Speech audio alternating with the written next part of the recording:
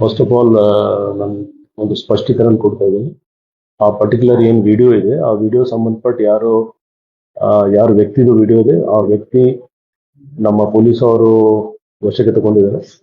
ಅವ್ರದ್ದು medical test ಕೂಡ ಮಾಡಲಾಗಿದೆ.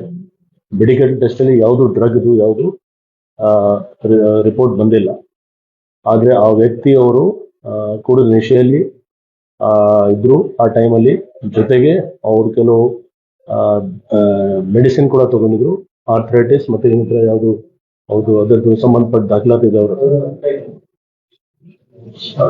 ಇದು ಈ ಮೇಲ್ ನೋಡಿದ್ರೆ ಗೊತ್ತಾಗಿದೆ.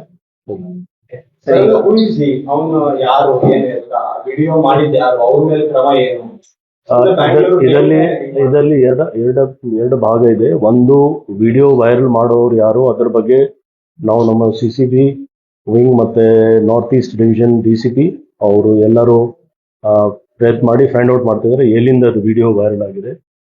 ಯಾಕೆಂದ್ರೆ ನಾವು ಮತ್ತೆ ಅಪೀಲ್ ಮಾಡ್ತಾ ಇದ್ದೀವಿ, ಈ ತರ ಯಾವುದು ಇನ್ಫಾರ್ಮೇಶನ್ ಇದ್ರೆ ಖಂಡಿತ ಪೊಲೀಸ್ಗೆ ತಿಳಿಸಿ.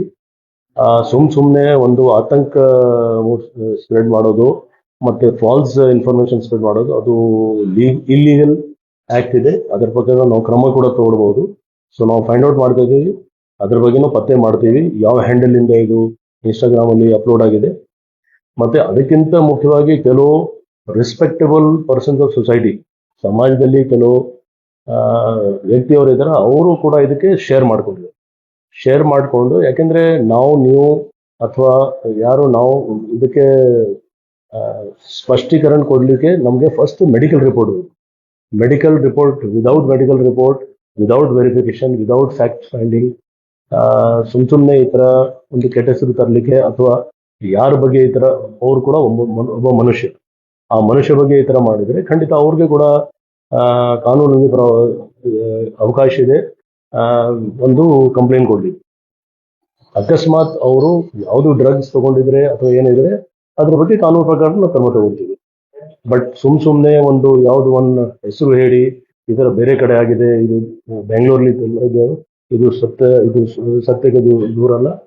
ಅಂಡ್ ನಿಮ್ಗೆ ಗೊತ್ತಿದೆ ಯಾವ ರೀತಿ ಬೆಂಗಳೂರು ಸಿಟಿ ಪೊಲೀಸ್ ಅವರು ಪ್ರತಿಯೊಂದು ವಿಷಯದಲ್ಲಿ ಡ್ರಗ್ಸ್ ಬಗ್ಗೆ ಅವರು ನಮ್ಮ ಸ್ಟೇಷನ್ ಮಟ್ಟದಲ್ಲಿ ಇರಲಿ ಅಥವಾ ಯೂನಿಟ್ ಡಿವಿಷನ್ಸ್ ಅಲ್ಲಿ ಇರಲಿ, CCB ಅವರು ಇರಲಿ, ಎಲ್ಲ ಮಟ್ಟದಲ್ಲಿ ನಾವು ಇದು ಆಗಾಗ ರೇಡ್ಸ್ ಮಾಡ್ತಾ ಇದೀವಿ, ಅರೆಸ್ಟ್ ಮಾಡ್ತಾ ಇದೀವಿ ಮತ್ತೆ ಸೀಸ್ ಮಾಡ್ತಾ ಇದೀವಿ.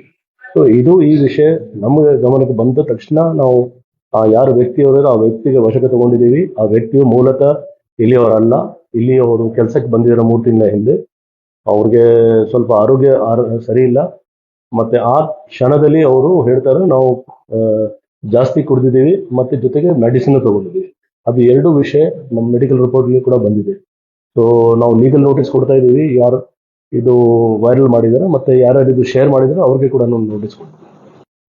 ಪ್ರಾದೇಶಿಕತೆಯ ಉಳಿವಿಗಾಗಿ ಮತ್ತು ಕನ್ನಡಿಗರ ರಕ್ಷಣೆಗಾಗಿ ಬೆಂಬಲಿಸಿ ದಿಗ್ವಿಜಯ ಭಾರತ ಪಕ್ಷ.